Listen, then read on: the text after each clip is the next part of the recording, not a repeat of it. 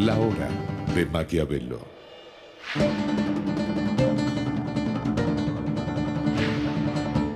Para conocer a los que están detrás del poder.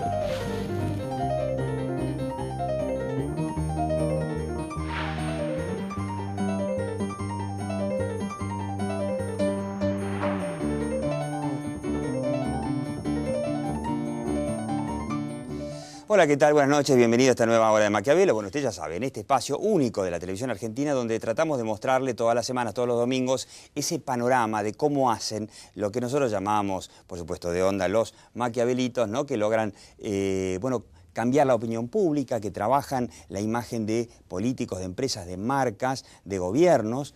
En esta hora de Maquiavelo voy a hacer una pequeña aclaración, corrección de mi comentario de la semana pasada. Te recordará, bueno, no digo que nos reímos un poco porque no da para risa, pero a ver, le buscamos el costado quizá un tanto risueño, un tanto, si se quiere, optimista en el fondo, de la realidad de que el gobierno está en una avanzada a todo o nada, contra el Grupo Clarín, contra La Nación, contra los medios que opinan diferente, que disienten.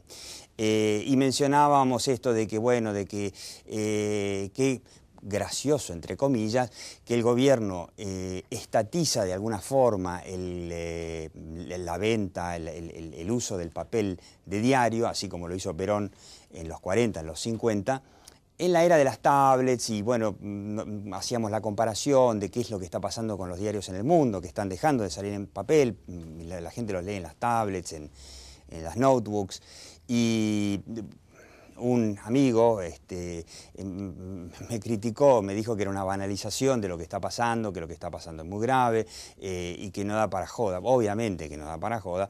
Lo vimos en esta semana que pasó con la votación express, después de diputados en senadores, no solamente de la ley de papel prensa, también vimos el increíble ataque de la Gendarmería, desde un medio privado, que es el grupo Vila Manzano, pero digamos, obviamente apoyado por el gobierno, contra Cablevisión, la principal empresa del grupo Clarín, contra el diario La Nación. Evidentemente, estas leyes, probablemente generen en la Argentina una situación en donde a partir de ahora no haya la libertad de prensa, de expresión y la libertad que tiene la gente de informarse como hubo hasta ahora, que dentro de todo, si bien había condicionamientos, estaba limitada, pero más o menos en la Argentina se podía decir lo que uno quería. No en todos los espacios, en algunos, uno prende la televisión, hoy los canales de aire son todos oficialistas, menos el 13, los canales las señales de noticias son todos oficialistas, menos TN, en el kiosco queda Clarín y Nación, el diario Perfil, pero hay espacios. Ahora, fíjese qué interesante, estas nuevas leyes, por ejemplo, podrían generar, una ley que se llama antiterrorista, podría generar que cualquier periodista que quiera informar o consultar a un economista sobre la real inflación, que lo metan preso al economista y al periodista. Con lo cual es muy probable que en el futuro haya una restricción muy grande a la circulación de la información en Argentina. Y yo recordaba cuando el argentino común, no los políticos, no los piqueteros, no los activistas, sino el hombre común de a pie, salió en Argentina a protestar. Y ahí teníamos una linda secuencia, ¿no?, de recuerdos, ¿no? Esta semana se recordó el 2001, las protestas de los caceroleros por el corralito, el corralón, ¿no?, que querían los dólares. Recordamos, por supuesto, la protesta del campo, ahí en Palermo, el Monumento de los Españoles, hace tan solo 3 años, por lo menos 250.000 de personas. Y acá tenemos muy recientemente, hace pocas semanas, las protestas de los comerciantes de Florida, ¿no?, ahí apoyados por la CAME, contra los manteros, ¿no?, que hacen comercio ilegal. Y nos preguntamos, fijémonos un segundo, una protesta en Venezuela. Que esto estaba ubicado en Las Mercedes, en Caracas, la ciudad capital de Venezuela, en donde varias personas por voluntad propia se han reunido allí para defender la renovación, en todo caso, de la concesión de RCTV, exigiendo por la libertad de expresión y haciéndole un llamado, ya en última instancia se podría decir que al presidente de la República, como bien recibimos muchos de los mensajes de texto la noche de hoy. No, bueno, fíjense qué interesante, qué sofisticado. Los venezolanos salen a la calle para defender algo tan difícil de asir como la libertad de expresión, ¿no? Y bueno, ahí protestaban contra el cierre de RCTV, un canal crítico del gobierno de Chávez, obviamente, que primero lo sacó del aire, después lo sacó del cable y finalmente hoy RCTV existe solamente como canal de televisión por internet, así como La Hora de Maquiavelo, que usted lo puede ver en YouTube, ¿no?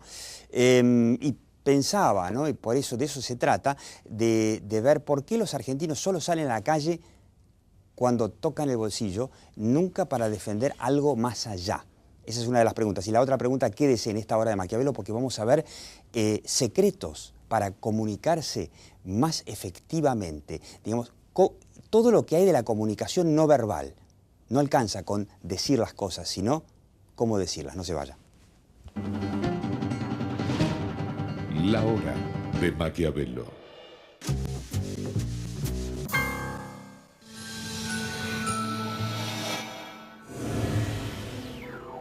Por 9º año consecutivo, la revista Global Finance distinguió a Santander Río como el mejor banco en Internet de Argentina por sus servicios para clientes individuos.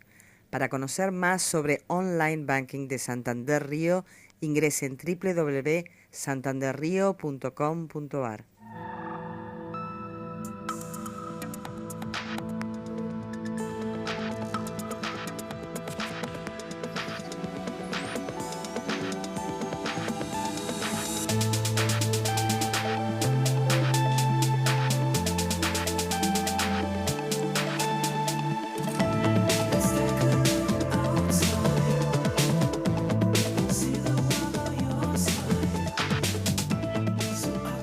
Villa La Angostura, un balcón con vista a la ensoñación, el corazón de la bahía, Apar y Spa Boutique, con servicios de alta gama.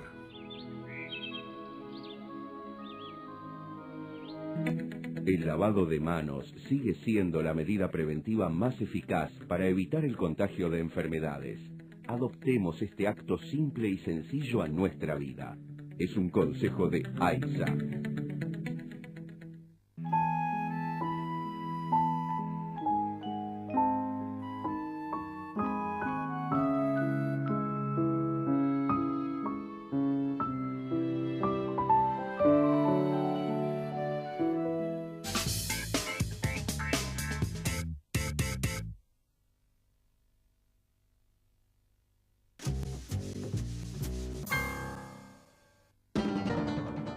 Bueno, ¿no? Decía, en Venezuela protestan por cosas tan abstractas, tan sofisticadas como la libertad de prensa, la libertad de expresión. En Argentina nos movemos solamente por la guita y me parece que se vienen tiempos complicados.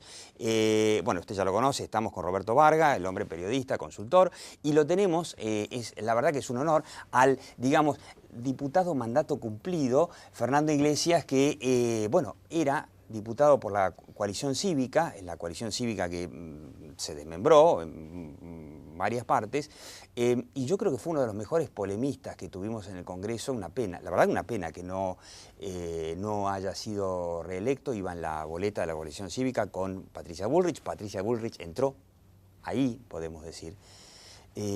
Cuando ves esto de que los periodistas vamos a poder ser de ahora en más terroristas, y cuando ves esta avanzada, la verdad, sorprendente, sobre los medios que critican, que le molestan al gobierno.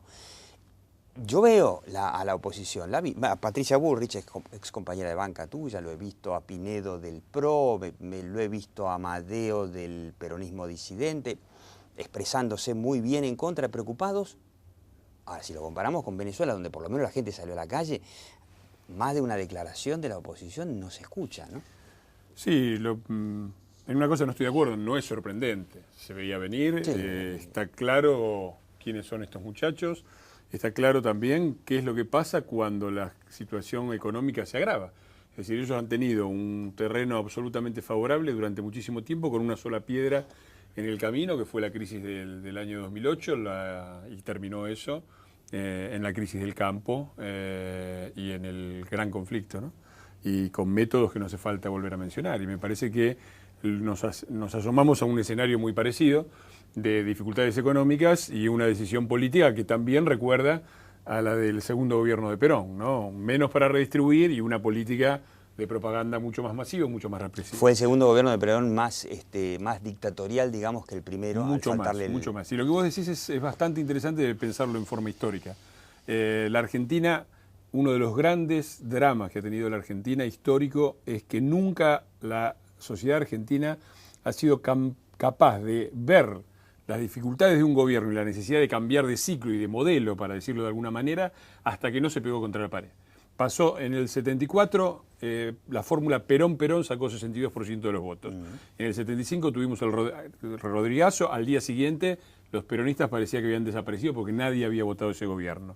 Y pasó sistemáticamente, pasó con los militares, hasta que fue la crisis de la deuda en el 82, pasó con Alfonsín, 50 y pico % de los votos, hasta que entró en crisis económica, pasó claramente con Menem. En el 95 Menem sacó casi lo mismo que la presidenta, 51%, un poco menos, y hasta que no, es decir, un mes, 2 meses antes de la caída, de la explosión de la convertibilidad en diciembre de 2001, las encuestas daban 70-80% de apoyo a la convertibilidad y a Cavallo en su vuelta al Ministerio de Economía. Así que el gran problema es cómo hace una sociedad para cambiar de ciclo, en el medio de un ciclo que aparece, salir de una crisis, pero que ya ha mostrado claramente estar agotado y de no tener absolutamente más nada que dar al país, sino otra situación de ajuste, recesión y probable crisis en un contexto de mediano plazo o de largo plazo. Y sin embargo la sociedad argentina, hasta que no hay una crisis que va directamente al bolsillo, hasta que no toca ahí, hasta que no toca el bolsillo, puede decir cualquier cosa, puede salir a decir que salían de caño a asaltar supermercados para las madres, que nadie escucha eso como si fuera un pequeño Pero detalle, no tendría que la oposición liderar algo más que decir, che, qué barbaridad, estamos todos de acuerdo y está muy bien que digan qué barbaridad, pero no tendría que por ahí, no se esperaría un poquito más. Mirá, bueno, lo que pasa es que, bueno, digamos, es parte del problema precisamente ese, es decir, el no tener articulado un sistema opositor con cierta raigambre y que esté también de alguna manera representando un sector de la sociedad son... Porque en Venezuela tampoco, digamos que en Venezuela tampoco hay una oposición muy articulada. Es decir, vos fíjate, por ejemplo, ahora que está muy de actualidad la asunción de un nuevo gobierno en España, el gobierno de Rajoy. Pero Rajoy fue 8 años opositor. Ahora, fue una oposición que tenía poder territorial, porque gobernaba comunidades autónomas y ayuntamientos, y aparte tenía un disciplinamiento en el Congreso y una cantidad de diputados que permitía interpelar con determinada coherencia todo el tiempo a Rodríguez Zapatero. De esos 8 años, 4 años fueron de crisis muy severa, con lo cual se le allanó mucho el camino. Pero digo, redondeando y retomando la idea del exdiputado, digamos, ¿qué tenés acá claramente? Vos tenés mucho menos de 90 días de Cristina, que consiguió el 54%. Y por lo menos en 5 frentes distintos dio peleas, incluso algunas ya las ganó. Las ganó, quiero decir, tienen sanciones en diputados y en senadores. Sí. Por ejemplo, a Venegas lo plancharon. El famoso Momo Venegas, le quitaron su caja. Exactamente. Digo, era el hombre que de alguna manera pura y dura el sindicalista por ser de Duhalde. Claro, un sindicalista opositor. Contra Moyano, que era un aliado estratégico de ellos, incluso reconocido por muchas figuras de ellos, vino un misil directo a la cabeza. Vamos a ver la contraofensiva de Moyano, qué otra respuesta recibe. Con el grupo Clarín ya vimos lo de Cablevisión y lo de Papel Prensa. Y podemos seguir nombrando. A su vicepresidente, Vudú, lo fulminó, lo puso ahí en tenemos freezer. Imágenes, ahí creo que van a pasar las imágenes. Del kirchnerismo podemos decir muchas cosas, pero lo que no podemos decir es que no lea el tablero. Y yo creo que esto mismo que describe el exdiputado lo leen también. Ellos ven un 2012 con merma económica, tal vez sensible, con un contexto inflacionario, hasta recesivo tal vez, y dicen, señores, toda la carne en el asador hasta marzo, que arranca las paritarias. Después veremos a ver, porque de una manera o de la otra se va a articular un polo opositor, por activa o por pasiva, por reclamo de la gente, cuando la gente vaya quitando adhesión a este modelo. Acá teníamos, pero se va generando. Hay un cierto dato que factor. me parece que es salteando. En el 2001 estalló todo el sistema de partidos, estalló. Y lo único que se recompuso como poder fue desde el poder. Fue desde el propio poder, desde el manejo del Estado y desde el manejo de la caja. Pero en el 2009 perdieron una elección, ¿no?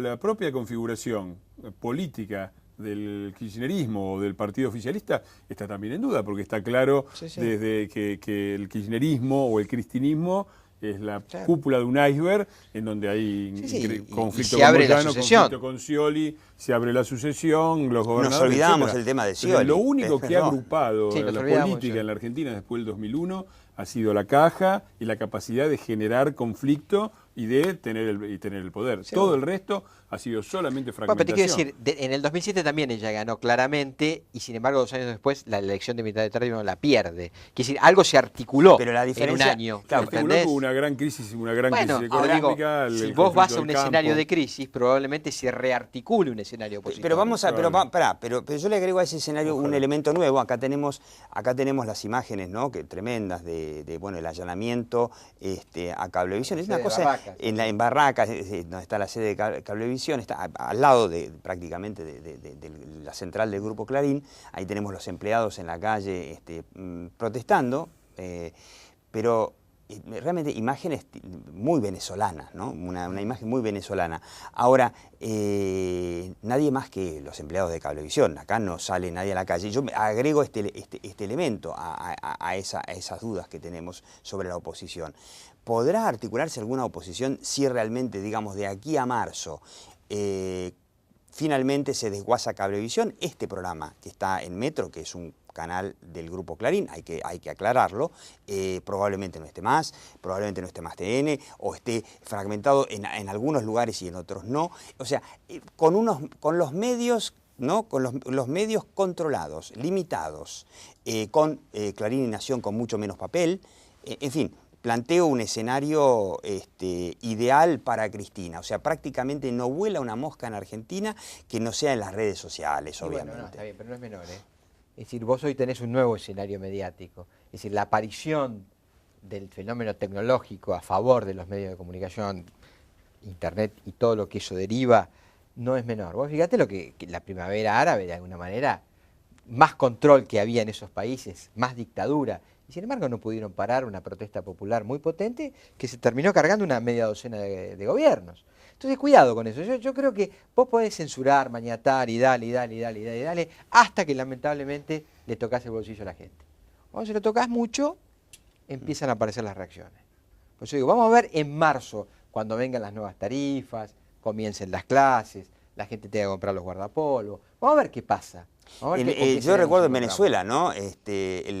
Cuando Chávez cierra RCTV, que no le renueva la licencia, que se venía renovando desde hacía 5 décadas automáticamente, se van al cable y en ambos casos, cuando no le renueva la licencia y cuando se va del cable por una maniobra absurda que lo sacó hasta de la televisión por cable a RCTV, que la gente protestaba, ¿no? Y yo me pregunto, ¿podemos imaginar en la Argentina un escenario sin un líder político que los convoque? Porque evidentemente no hay, no veo a ninguno de los líderes, lo veo a Macri muy tranquilo, evidentemente Macri está privilegiando tener una buena, no sé para qué, pero bueno, tener una buena relación con Cristina. No veo ningún líder político liderando ninguna clase de protesta, pero ¿la gente saldrá a la calle para defender su libertad de expresión o su bolsillo? Mira, yo lo veo aún peor. Yo creo que aquí hubo un 54% de la sociedad que votó directamente al kirchnerismo, claro, y un 46% que de todas las alternativas opositoras eligió las que tienen una visión más cercana al gobierno. Claro, el FAP, el famoso partido de... O las que tienen por estructura un discurso amistoso, frente al resto de las fuerzas políticas, y quienes éramos más fuertemente críticos fueron severamente castigados. O sea, si vos haces la lista de la oposición, vas a ver que si la das vuelta, cuanto más más opositores, menos votos. Eso significa entonces que a la gente, y no solamente al 54%, sino más allá aún, a la gente le gusta. Sin ninguna duda. Había un momento kirchnerista muy fuerte y eso fue lo que se votó. Ahora, las consecuencias son estas, digo. Ahora, a mí me gustaría pensar O sea, pensar también en términos de cómo sería la situación esta misma si el gobierno no fuera un gobierno que reclamara, aunque en una forma media heterodoxa, formar parte del núcleo duro del pejotismo. Es decir, yo creo que si todas estas medidas que se han tomado en los últimos 2 meses las hubiera tomado cualquier partido, socialista, radical, peronismo disidente, coalición cívica, el que vos quieras, los hubiera tomado, tendríamos a la clase media caceroleando en contra de los futuros tarifazos, la CGT, otra que un acto en huracán, ya hubiera cortado el país contra el gobierno cipayo y gorila que quiere paritarias con techo, aerolíneas somos todos y se acabó la circulación en los aeropuertos por lo de la personería sindical y por todo el resto de los temas que hay. O sea, el país sería ley antiterrorista, toda la izquierda acampando en la Plaza de Mayo. Eso me sorprendió mucho. De la izquierda, salvo algunas pocas voces contra la ley antiterrorista. Es que con él no es el problema. El problema es que gobierna el PJ. Y lamentablemente, si los argentinos seguimos creyendo que los únicos que pueden gobernar son los del PJ y que cualquier cosa que haga el PJ está bien, pero nos animamos únicamente cuando está de la Rúa, la verdad es que yo creo que acá hay una pasividad general de la sociedad argentina. Y me gustaría pensarlo también en términos de futuro, porque también hubo mucho cuestionamiento con respecto a la dureza de nuestro discurso, lo digo yo, que he sido de los diputados con un discurso más fuerte. Digo, si un gobierno que no salga del núcleo del PJ en algún momento va a gobernar y va a tener que enfrentar todas estas situaciones, tiene que ser un gobierno fuerte. Y un gobierno fuerte se construye desde una oposición fuerte, una oposición que no tenga miedo a que le digan gorila y salir corriendo. Entonces, acá me parece que hay un verdadero problema de gobernabilidad de la Argentina, porque la misma Argentina que se quejó ahora de que la oposición estaba toda desunida, fue la que criticó a la alianza porque se juntaron únicamente para obtener el poder y no estaban de acuerdo. Sí, entonces, me parece que hay una serie de problemas en la política que no interpelan solamente a la clase política y a los partidos y a los dirigentes, a la gente, sino a la propia como nos sociedad echan, argentina. lo voy a sintetizar con una sola palabra. La Argentina padece de un severo síndrome de gataflorismo. Diputado, mandato cumplido, Fernando Iglesias, Roberto Vargas, muchas gracias. En el próximo bloque, cómo comunicar más eficazmente más allá de las palabras. No se vaya. La hora de Maquiavelo. En 1972 cumplimos el sueño de formar el grupo OSDE. Hoy, más de 1,5 millones de personas confían en nosotros. Grupo OSDE, un grupo de personas.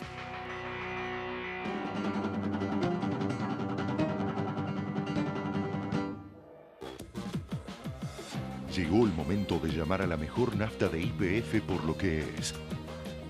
Premium, la mejor nafta de YPF. Crecer es el objetivo de cada pequeño productor.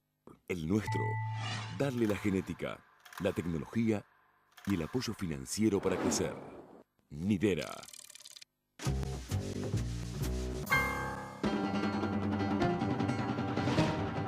La hora de Maquiavelo. Bueno, le decía, estamos con, a mi izquierda, Alejandro Sangenís, colega durante muchísimos años de la revista Gente, y lo tenemos a Guillermo García Arias, que para tratar de presentarlo de alguna forma, muy polifacético el hombre, a ver si me equivoco, ingeniero, ingeniero electrónico. En electrónica. En electrónica, que se volvió coach, y escribió sobre cosas como, no sé, como por ejemplo, por qué la gente no puede amar o cosas por el estilo. No se ríe, ¿no? Porque es interesante. Y de repente dijo, quiero ser periodista. Y conduce un programa en Radio El Mundo muy bueno a la 1, de 1 a 3 de la tarde. Excelente programa y muy crítico, un analista muy crítico de la situación política argentina actual. Pero la idea es que nos cuenten un poco cómo es esto de poder comunicar más allá de lo que se dice. En principio, corrijo un pequeño detalle, no coach, sino counseling, ¿no? Que no es lo mismo. Que no es lo mismo. De alguna forma, lo que hacemos Alejandro y yo es la sinergia entre coaching y counseling. O sea, Alejandro, un especialista en PNL, en lenguaje no verbal, en coaching, y mi mirada desde el counseling, que tiene que ver con qué hay detrás de todo esto que digo, del lenguaje verbal y no verbal, desde lo emotivo, qué está pasando adentro de la persona. Denme un ejemplo de cómo, un ejemplo de un minuto de cómo se puede llegar, cómo se puede llegar a convencer más allá de las palabras. Mira, justamente en mis 35 años de periodista, y como bien vos dijiste, un largo periodo en revista Gente, también en canales y en Buenos Aires Herald, tuve la oportunidad de entrevistar a grandes comunicadores como Bill Clinton, Mandela, el Dalai Lama, y cada uno tiene su manera, su estado perceptual de comunicar. Por ejemplo, estamos viendo en pantalla cómo Clinton hizo un visual que hay en esa entrevista que tuvimos en el Hotel Yao Yao.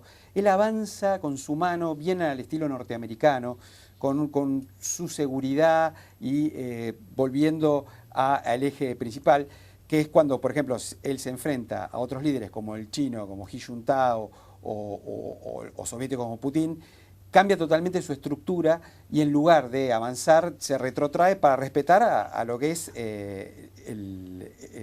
todo el espacio del otro. Usted sabe cómo funciona, ¿no?, la hora de Maquiavelo, ¿no? Nosotros vamos a terminar aquí, ahora en Metro, y seguimos online. Tiene dos alternativas. Una es la página, la web de lahora-de-maquiavelo.com, donde tiene en el reproductorcito de la izquierda, puede repasar el programa, y en el de la derecha, donde tanto Alejandro Sangenís como Guillermo García Arias nos van a explicar cómo hacer, secretos de cómo hacer para poder comunicar más allá de las palabras, porque no hay nada más difícil, que comunicar, porque en realidad, y ese es el problema, y el problema es lo bueno de los comunicadores, el mensaje, ¿sabe de quién es? No del que lo comunica, sino del receptor, y por eso es tan difícil. Y yo le digo, mientras tanto, como siempre, ¿no? Mire, la realidad está ahí, algún día vendrá y se hará cargo de nosotros, pero aquí, en la hora de Maquiavelo, lo que nos importa es la percepción. Chau, hasta la próxima hora de Maquiavelo.